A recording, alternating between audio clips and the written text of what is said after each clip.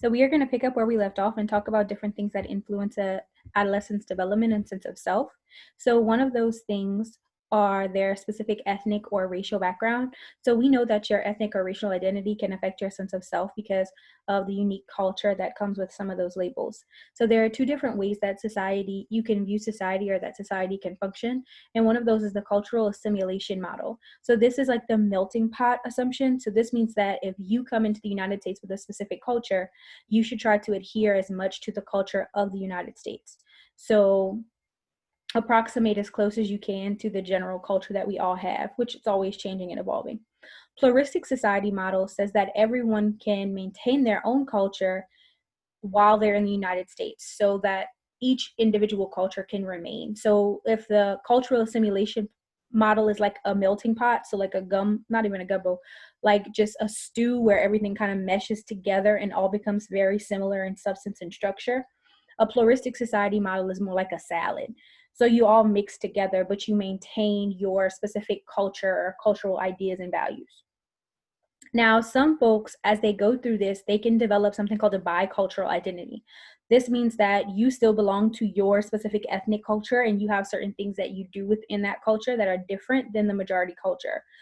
So the way you wear your hair, the types of foods that you eat, stuff like that. And you also have something that matches with the majority culture. Like you can share both identities and both of those identities are a part of who you are. So what are some other things that affect our sense of self and development? So the next thing is something called a social clock. So a social clock is something that is just determined by the society that you live in. So in each individual society, there's a social clock, or basically a set of rules and values that we expect people to reach by a certain time. So in our society, we have a social clock for when we think certain things should happen. So according to our society, you should graduate from high school. Then after you graduate from high school, what's the next step? You might go to college. You might find the love of your life. You might get married. You might have kids, whatever all the steps are. And basically those rules shift depending upon where you are in the world and what culture you live in, because each culture has its own model and way of thinking about things. So I want you to pay particular attention to this answer because this is going to be one of the short answers on your quiz. So the next thing that we're going to talk about is the difference between self-evaluation and self-esteem, because there's two slightly different topics. And we're going to talk about some of the problems associated with praise and how too much praise can be sort of difficult for children. So one of the things that we know from a lot of different studies, and I'm going to talk about this one in particular, is that when children are heavily and lavishly praised, they tend to perform poorly compared to children who are not praised in that way. So for example, if you do a piece of art and I tell you it was the most beautiful art that I've ever laid my eyes upon, and then I ask you to do another piece of art that might be a little bit more difficult for you, you'd be less likely to try because you feel like you've already crafted the best thing that you could possibly craft. And so to try might mean that you won't be able to live up to those expectations. So you're less inclined to try. Whereas if you give praise based upon somebody's effort that they put in, they'll be more likely to try things which are very difficult that they might not do well at, because you haven't praised the result, you've praised the effort that they put in. And over time, you obviously want them to do things that are challenging for them and that make them uncomfortable, because that's going to be better for them overall. Okay? You don't want to lavishly praise just the result. You want to try to praise the process, because that they can improve upon and that has been associated with better outcomes than when you just praise the result, because sometimes the result is not gotten by any repeatable means.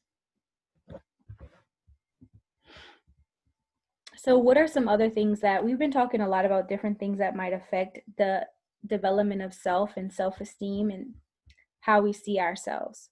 So you can have a self-concept and self-esteem, and they might be different. So self-concept is you simply know yourself, and self-esteem is like an emotional evaluation. Do you like yourself? Do you think this is enough? And we also know as folks get older, they're sort of able to parcel out which areas they feel competent in and which areas that they don't.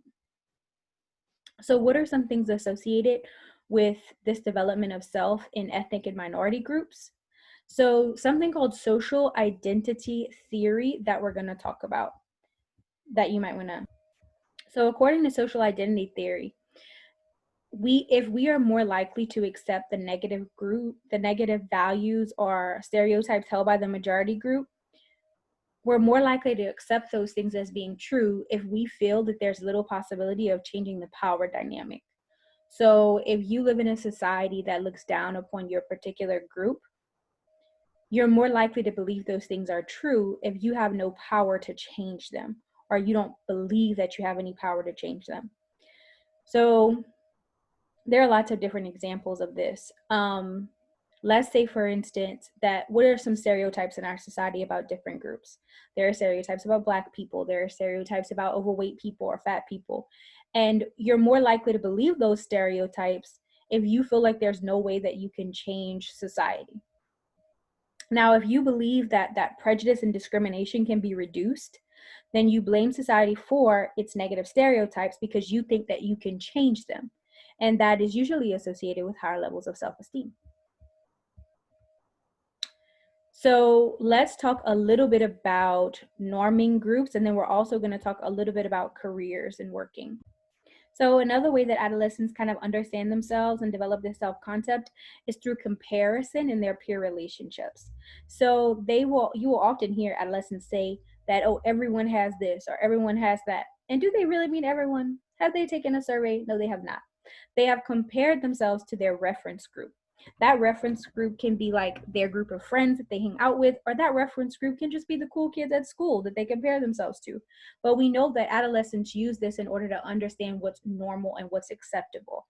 And that reference group can tell you a lot about how they perceive themselves and the world around them.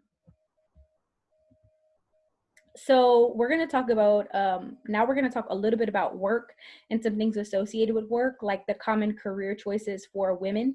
And, you know, women generally make less money than men per every dollar. Part of that is because of the professions that women typically occupy, and part of that is because women get paid even in the same job, they get paid less. So that's a different conversation for a different day. But so let's address the first thing. So women are more likely to have communal professions. These professions typically have lower status and they generally are paid less. So communal means that you are serving your community and you are working with people, compared to agentic professions, which are jobs that you complete a specific task, like a carpenter. So women usually have things like teaching or being therapists and things like that, things that are generally associated with helping people. And while we talk about that, before we go on to the next thing, what are some things associated with these types of jobs? And one of those things are burnout. So this means that you are tired of the job. You feel like every day is difficult to go to work. You feel like you're not making a difference. You're not being very effective.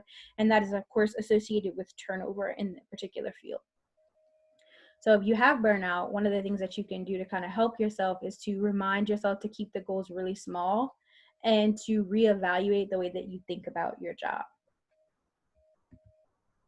So what are some things associated with the opposite? So high levels of job satisfaction. So jobs with a higher status. So some jobs make more money. That's always helpful. But status and money are related, but not always the same. So there are some jobs that have a lot of status that don't necessarily have a lot of money. The less monitored you are, so the more you're allowed to do your job without like a lot of oversight, generally the happier people are, which goes along with having their own input. And when you could influence the end product in your job, generally those folks are happier. Right, so I kind of talked about burnout already, but this is some of the things that are associated with burnout.